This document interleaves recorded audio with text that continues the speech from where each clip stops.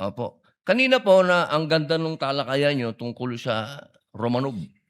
Yes, sir. Opo. Alam niyo po ba yung istorya nung Romanov? At ang gaganda po ng mga sagutan ninyo. Alam niyo po ba yung historical background ng Romanov? Ang alam ko lang po dyan, Your Honor, yun yung nangyari sa, I think, Tsar, kung hindi ako nagkakamali, sa Russia. Sa Russia. Opo, Opo. Sino opo. po ba yung nakakalaban nung Tsar? Again, hindi ko po maalala, hindi ko po nakita yung buong... Yun. Kasi napakahalaga po malaman ng taong bayan kung sino po ang tinatawag natin na Romanov at Yes, sino sir. yung nakalaban nila. Kasi po, katabi ko ang isa sa Marcos family. Yes, sir. Alam naman po natin lahat, batid natin lahat, na si Apo Lakay, Ferdinand Marcos Sr., ang number 1 na lumaban sa komunista dito sa Pilipinas. Batid naman din po natin na ang nag-execute sa Tsar kay Nikolai at sa kanyang mga anak, sa kanyang pamilya, ay ang komunista. Alam mo po ba niyo yun? Yes, sir. Opo. Ngayon, sino po ba ang pangalawang pangulo na lumaban sa komunista? Sino po, sir?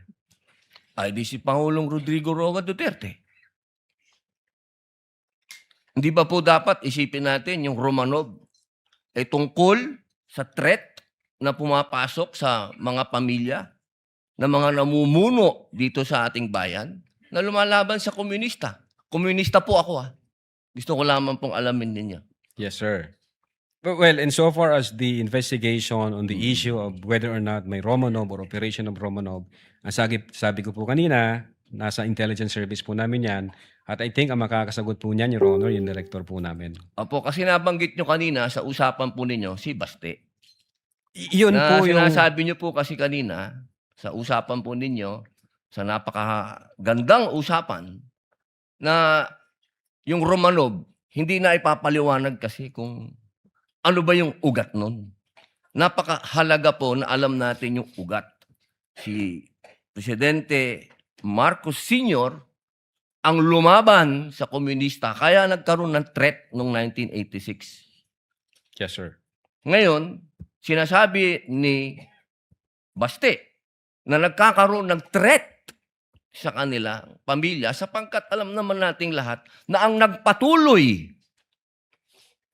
ng paglaban sa komunista pagkatapos ni Pangulong Rodrigo Roa Duterte ay si Inday Sara Duterte, ang ating Vice President. Sumasang-ayon po ba kayo doon? Wala po akong personal knowledge, sir. Ay, bakit po kayo walang personal knowledge? Yun po ang sumunod na assignment ng ating Vice Presidente pagkaupo niya.